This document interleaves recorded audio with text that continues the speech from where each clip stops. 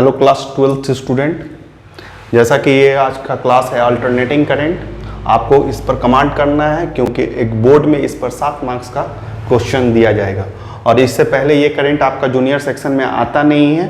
ये आपके लिए कुछ नए टर्म मिलेंगे, कुछ नए टॉपिक मिलेंगे। तो अल्टरनेटिंग करंट, बाबू करंट, ये जो करंट वर्ड है ना वो 2 भागों में डिवाइड किया गया है, 2 तरीके से हमको पढ़ाया गया है।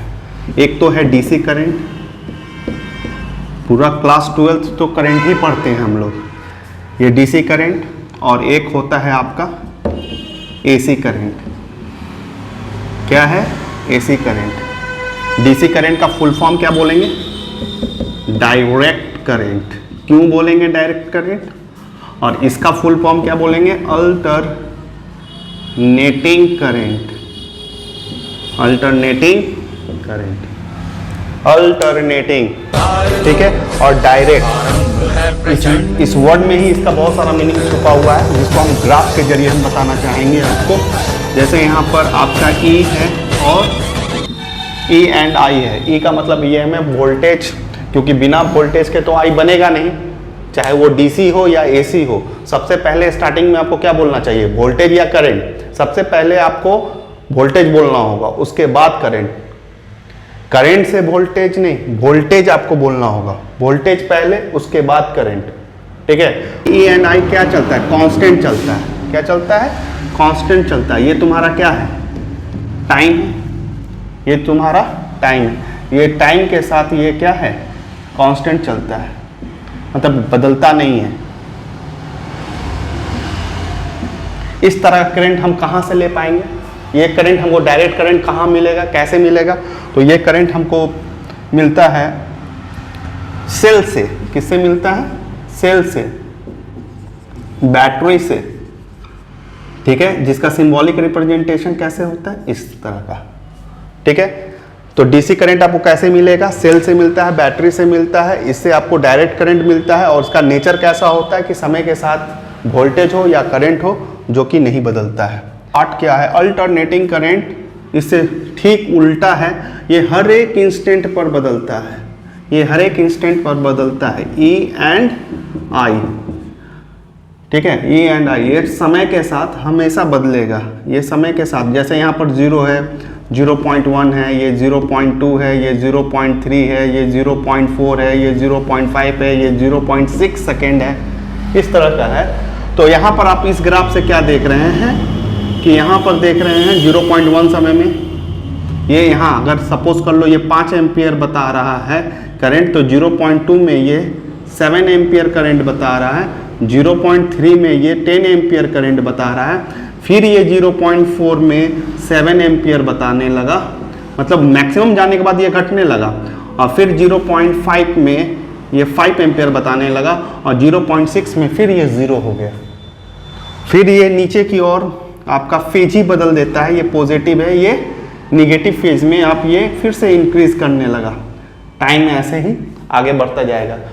तो मिला जुला करके इसमें, इस फिगर में हम लोग क्या समझ रहे हैं कि करंट हर एक इंस्टेंट पर बदलता है और यहाँ पर करंट आपका बदलता नहीं है। तो इस बदलने वाले करंट को, इस बदलने वाले करंट या वोल्टेज को हम लोग कैसे लिखा जाए? तो I equal to I naught sine omega t. Current को कैसे लिखा जाता है? I equal to I naught sine omega T.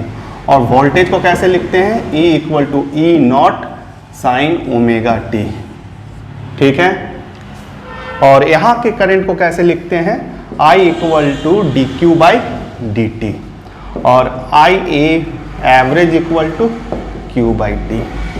देखिए, जब इस तरह का फॉर्म लिखा हुआ है तो इसका मतलब होता है इंस्टेंटेनियस करंट। टेनुअस करंट मतलब उस वक्त का करंट, उस इंस्टेंट का current, small interval of time में, स्मॉल इंटरवल ऑफ टाइम में जो करंट आप मेजर कर रहे हैं उसे हम लोग D q by d T कहते हैं। और एवरेज एक लॉन्ग इंटरवल ऑफ टाइम के लिए अगर हम लोग देख रहे हैं तो उसको क्यू बाई टी से। इन दोनों में अंतर है। यहाँ का करंट, डीसी करंट को D q by d T लिखते हैं और यहाँ का एवरेज करंट को क्यू बाई टी लिखते हैं। लेकिन यहाँ करंट को लिखने का तरीका अल्टरनेटिंग में अलग है। I equal to I naught sine omega t और वोल्टेज को E equal to E naught sine omega t. ठीक है, बहुत सारे नए टर्म हैं, ई नॉट है, ई है, ओमेगा है, टाइम है, साइन है, तो ये सभी को हम समझा रहे हैं। पहले इतना राइट डाउन कीजिए। तो अभी तक के पढ़ाई से हम लोग समझ चुके हैं कि करंट, अल्टरनेटिंग करंट को I equal to I naught sine omega t और इसके वोल्टेज को या EMF को E naught sine omega t से रिप्रेजेंट करते हैं। इसको एक तरीका और है रिप्रेजेंट करने का, I equal to I naught cos omega t या E equal to E naught cos omega t. ये दोनों तरीके से इसे रिप्रेजेंट किया जाता है। ऐसा क्यों, इसको समझाते हैं। इस तरह का ग्राफ जब भी अगर आपका साइन, आप साइन थीटा को यहां देखिए 0 degree, 90 degree, 180 degree, 270 degree, 360 degree, ये आपका थीटा है। तो पहले साइन थीटा में गौर करेंगे, फिर कॉस थीटा में गौर करेंगे। साइन 0 डिग्री क्या आपका होता है, 0, 1, यहां पर फिर 0, यहां -1 और ये आपका 0। ठीक इसी का उल्टा होता है, साइन कॉस क्या है, साइन का उल्टा होता है, यहां 1 होगा, यहां 0 होगा, यहां -1 होगा, यहां 0 होगा, यहां फिर 1 होगा। तो इस तरीके से ये साइन और कॉस का है, जो आप लोग को पता होगा, 10 क्लास से ही पता है। तो सीखने को क्या मिला, जो साइन थीटा का ग्राफ होता है बाबू, साइन थीटा का जो ग्राफ होता है या वेव होता है, क्या बोलेंगे, जो वेव होता है वो किस प्रकार का होता है, इस प्रकार का, साइन का। यही कॉस का जो वेव होता है बाबू, कॉस का वेव जो होता है उसको कैसे रिप्रेजेंट करते हैं, इस प्रकार का। ये कॉस का वेव होता है, ठीक है, ये कॉस का वेव होता है, ये आपका साइन का वेव होता है। ठीक है, क्यों, देखो इस जगह आपको क्या मिलने वाला, 0 डिग्री, इस जगह 90 डिग्री, इस जगह 180 डिग्री, ये 270 और ये आपका 360।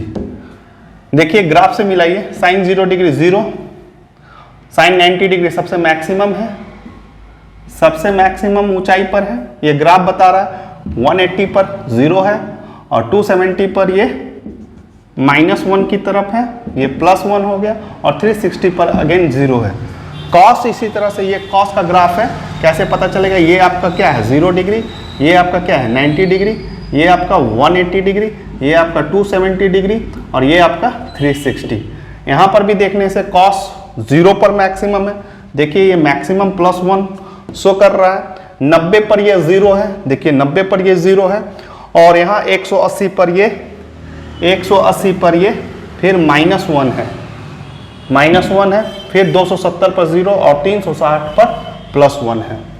तो ये हम लोग समझ सकते हैं कि कभी भी, या आप नहीं जानते तो ये जान जाइए, साइन थीटा का ग्राफ वेव कैसे होता है, इस डिजाइन से बनता है और कॉस का इस तरीके से बनता है। ठीक है, क्लियर है। तो ये जब लिखा हुआ है तो इसका बस इतना याद रखिएगा कि इसका फिगर इस तरह से बनेगा और जब आप इस तरह का फिगर आप दे रहे हैं, इसको दे रहे हैं, तो इसका ग्राफ बाबू यहाँ पर जो बना हुआ है इस तरीके से बनेगा। तो साइन और कॉस क्यों आता है ये समझ में आया, और ये आता ही क्यों है, क्योंकि ये चेंज कर रहा है, हर एक एंगल पर, हर एक इंस्टेंट पर ये चेंज कर रहा है, समय के साथ ये करंट को चेंज कर रहा है, करंट और वोल्टेज दोनों चेंज हो रहा है। इसी को मेजर करने के लिए हम लोग इस ग्राफ का मदद लेते हैं। ठीक है, तो साइन के बारे में आप समझ गए होंगे। ओमेगा टी, ये ओमेगा टी क्यों लगा हुआ उसको समझा रहे हैं। ओमेगा टी इसमें क्यों लगा हुआ है, ये ओमेगा टी होता क्या है, जनरली हम लोग क्या देखते हैं, साइन थीटा देखते हैं, थीटा और ओमेगा टी में क्या रिलेशन है वो देखेंगे अभी। ठीक है, क्लियर है। ये जो इतना लंबा चौड़ा करंट का लिखा हुआ है I equal to I naught sine omega t, ये ओमेगा क्या है, देखो ये सर्कुलर मोशन का ही कहानी है।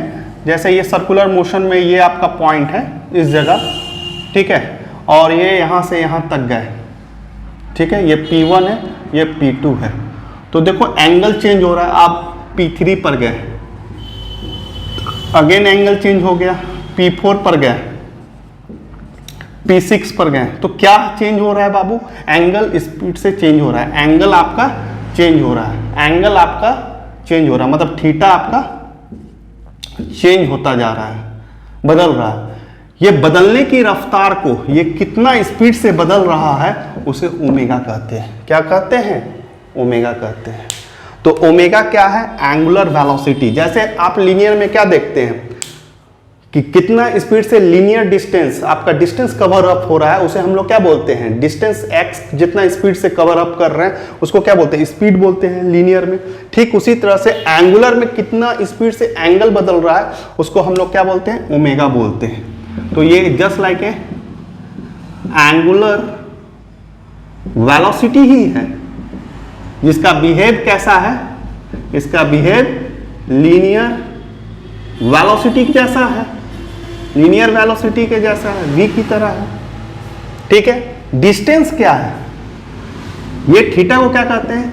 एंगुलर डिस्प्लेसमेंट कहते हैं, एंगुलर डिस्प्लेसमेंट, जिसका बिहेव लीनियर में क्या है? लीनियर में ये डिस्प्लेसमेंट की तरह है। क्या है? डिस्प्लेसमेंट, जो कि x है। ठीक है। और टाइम का कोई कन्वर्सन नहीं है, टाइम t ही होता है। तो ये जानने के बाद हम लोग ये बोल सकते हैं, चलो जो तुम्हारा कंफर्ट जोन है उसी से समझाते हैं। स्पीड इक्वल टू हम क्या लिख सकते हैं? Distance by time. ये क्या कब लिखते हैं? जब लीनियर का केस हो, लीनियर का केस हो। लेकिन जब सर्कुलर में लिखना हो तो इसे हम कैसे लिखेंगे? स्पीड को क्या लिखेंगे? स्पीड को क्या लिखेंगे? ओमेगा। v को क्या लिखेंगे? ओमेगा। डिस्टेंस को क्या लिखेंगे? थीटा। टाइम को क्या लिखेंगे? t। ठीक है। तो थीटा इक्वल टू क्या आ गया? Omega t। ये समझ में आया? थीटा इक्वल टू क्या आ गया? Omega t। तो यहां पर जो साइन थीटा है वो साइन ही थीटा है। थीटा इक्वल टू आप ओमेगा t लिख सकते हैं। यहां I equal to I naught sine theta ही है। थीटा को ऐसे भी लिखा जाता है, जो आपको समझ में आएगा। अगर नहीं समझ में आए तो इसको याद रखिएगा, आपका क्लियर हो जाएगा। ये एंगुलर, ये जो ओमेगा है इसे एंगुलर वेलोसिटी या कभी कभी एंगुलर फ्रीक्वेंसी भी बोला जाता है। क्या बोला जाता है? एंगुलर फ्रीक्वेंसी भी। इसका एक रिलेशन बहुत याद रखिए, ये बहुत काम करेगा। जैसे आप अगर यहां से मूव करके एक छोटा इंटरवल में जाते हैं, P1 से लेकर के P2 तक, तब एक कंप्लीट साइकिल तो नहीं बनाते हैं। यहां पर आपका एंगल क्या हुआ? थीटा हुआ। कितना समय में? t समय में। कितना समय में? t समय में। तो ओमेगा कैसे निकलेगा? Omega equal to theta by t. लेकिन फॉर कंप्लीट